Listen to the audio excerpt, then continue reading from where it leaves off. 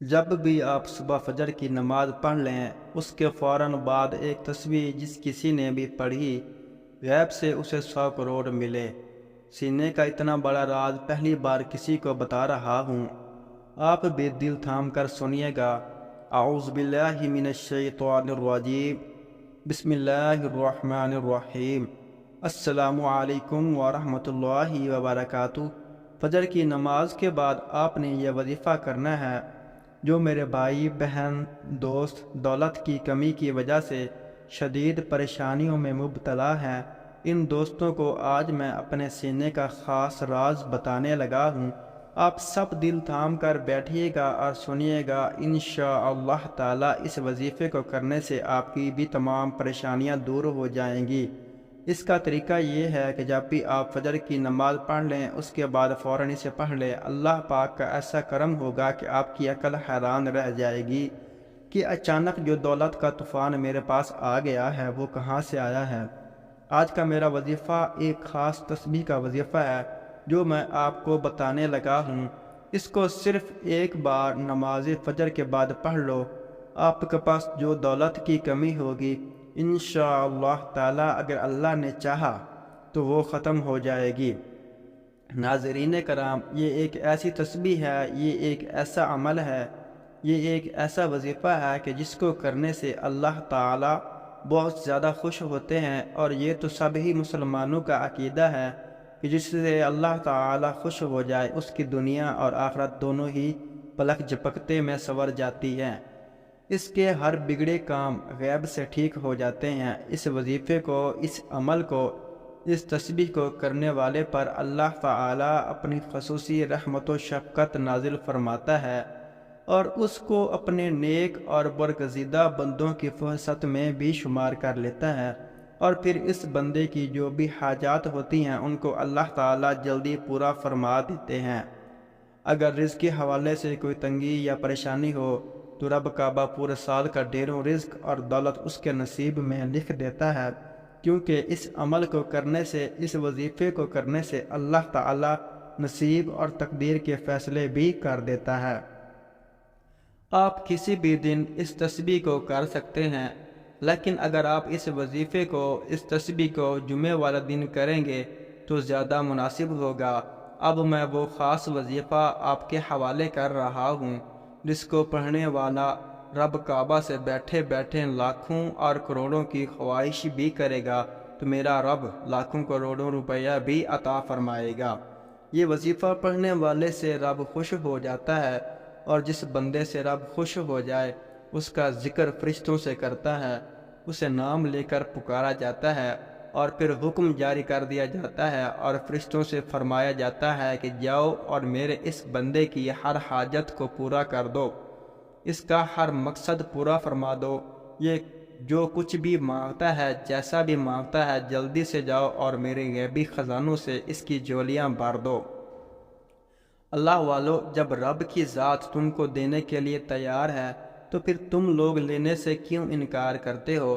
اس کے علاوہ ناظرین کرام، میں اس خاص ویڈیو میں اپنے تمام بھائیوں، بہنوں اور بیٹیوں سے یہ بھی گزارش کرتا ہوں کہ آپ میں سے بہت سی بہنیں اور بیٹیاں ایسی بھی موجود ہوں گی کہ جن کے رشتے نہیں ہو رہے، وہ بہترین رشتوں کے اسباب چاہتے ہیں یا پسند کی شادی کرنا چاہتے ہیں، نوکری تو ہے لیکن وہ پسند نہیں کرتے اور من پسند نوکری حاصل کرنا چاہتے ہیں، آپ قرض دار ہیں، پریشان ہیں کہ قرض سے کیسے نجات پائیں، میاں بیوی تو ہیں لیکن ان میں محبت کی کمی ہے یا پھر کسی دوسرے سے تڑپنے والی محبت چاہتے ہیں، اگر بے اولاد ہیں اور اولاد چاہیے، یا پھر اولاد تو ہے لیکن نافرمان اولاد ہے یا نافرمان شوہر ہے، گھر میں ساس اور نند کا مسئلہ ہے، غرض آپ کی کوئی بھی پریشانیاں ہیں، آپ یہ وظیفہ صرف ایک بار کیجئے گا۔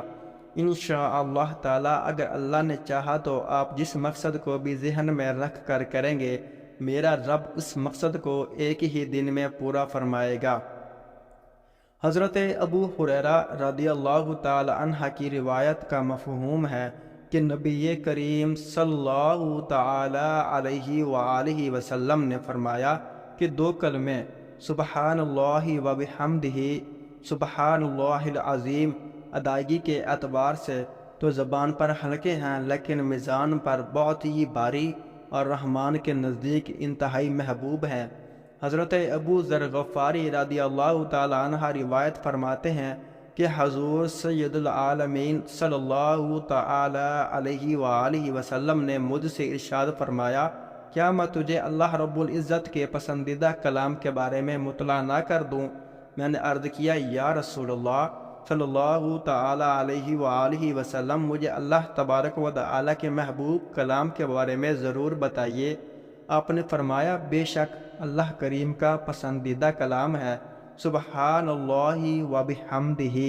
ایک دوسری روایت میں ہے کہ جناب رسالت حضور پاک صلی اللہ تعالی علیہ وآلہ وسلم سے استفسار کیا گیا کہ سب سے افضل کلام کون سا ہے؟ آپ نے ارشاد فرمایا، وہ کلام جسے اللہ تعالیٰ نے اپنے ملائکہ اور بندوں کے لیے خاص کر لیا ہے، وہ کلام ہے سبحان اللہ و بحمدہ۔ حضرت ابو ہریرہ رضی اللہ تعالی عنہ سے روایت ہے کہ نبی کریم صلی اللہ تعالی علیہ وآلہ وسلم نے ارشاد فرمایا، جو شخص ایک دن میں 100 مرتبہ سبحان اللہ و بحمدہ پڑھتا ہے، اس کے گناہ مٹا دیے جاتے ہیں، اگرچہ وہ سمندر کی جھاگ کے برابر ہوں۔ حضرت ابو امامہ رضی اللہ تعالی عنہ سے روایت ہے کہ حضور اکرم صلی اللہ علیہ وآلہ وسلم نے ارشاد فرمایا، جس شخص کے لیے رات میں عبادت کرنا دشوار ہو، یا جو اپنا مال خرچ کرنے میں گرانی محسوس کرتا ہو، یا جو دشمن سے برسر پیکار ہونے سے ڈرتا ہو، وہ سبحان اللہ و بحمدہ کثرت سے پڑھا کرے، کیونکہ ایسا کرنا اللہ رب العزت کو سونے کا پہاڑ صدقہ کرنے سے زیادہ محبوب ہے۔ میرے بھائیوں اور میری بہنوں، اب رب سے مانگنے کا وقت ہے۔ جب رب کی ذات خود دینے کو تیار ہے تو پھر کیوں نہ رب سے اپنے لیے رحمتیں، بخشش، مغفرت اور ڈھیروں رزق مانگ لیا جائے۔ یہ تسبیح، یہ وظیفہ پڑھنے والا خوش قسمت ہے۔ یہ تسبیح پڑھنے والا جتنا خزانہ بھی مانگے گا تو ایک دن کے اندر اندر اسے مل جائے گا۔ آئیے، جو لوگ اپنے گھر سے بے سکونی، بے برکتی کا خاتمہ کرنا چاہتے ہیں، اپنے گھر کے تمام بگڑے حالات کو بدلنا چاہتے ہیں، معاشرے میں اچھا مقام چاہتے ہیں، تو دوستوں، رشتہ داروں، یار دوستوں، خاندان، عزیزوں اور پوری برادری میں سر اٹھا کر جینا چاہتے ہیں، وہ ایک بار یہ وظیفہ لازمی کر لیں۔ پوری توجہ سے اپنے رب سے مانگیے۔ آپ کو صرف یہ وظیفہ پڑھنا ہے۔ یہ تسبیح آپ کی زندگی کے راستے میں آنے والی تمام مشکلات، دکھوں، تکلیفوں اور پریشانیوں کو ختم کرتے ہوئے ہر قدم پر کامیابی کو آپ کا مقدر بنا دیتی ہے۔ آپ نے اس وظیفے میں رب کے صفاتی نام پڑھنے ہیں، اور یہ زیادہ مشکل وظیفہ نہیں ہے۔ یہ عمل بہت ہی آسان ہے، لیکن آپ نے کامل یقین کے ساتھ اور پوری توجہ کے ساتھ اللہ پاک کے یہ صفاتی نام پڑھنے ہیں۔ ان کو پڑھنے کا اور اس عمل کو کرنے کا طریقہ آپ کو بتانے لگا ہوں۔ تو آپ سب سے پہلے نماز فجر ادا کر لیں۔ فجر کی نماز میں پہلے 2 سنت ادا کی جاتی ہیں، اس کے بعد 2 فرض پڑھے جاتے ہیں، پھر آپ مکمل خشوع و خضوع کے ساتھ فجر کی نماز ادا کر لیں۔ اگر مرد یہ وظیفہ کرے تو وہ با جماعت نماز ادا کرے۔ اس کے بعد آپ نے جہاں پر بھی 2 فرض ادا کیے ہیں وہیں پر بیٹھ جائیں اور سب سے پہلے 3 بار اعوذ باللہ من الشیطان الرجیم، بسم اللہ الرحمن الرحیم پڑھ لیں۔ اس کے بعد پھر آپ نے اول و آخر 11 مرتبہ درود ابراہیمی پڑھ لینا ہے۔ دوستو، آپ ایک بار میرے ساتھ بھی درود شریف پڑھ لیں۔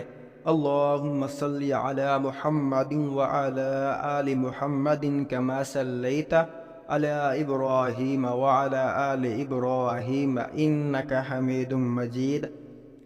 اللہم بارک علی محمد وعلی آل محمد کما بارکت علی ابراہیم وعلی آل ابراہیم انکا حمید مجید۔ اس کے بعد آپ نے 11 مرتبہ سورۃ کوثر پڑھنی ہے۔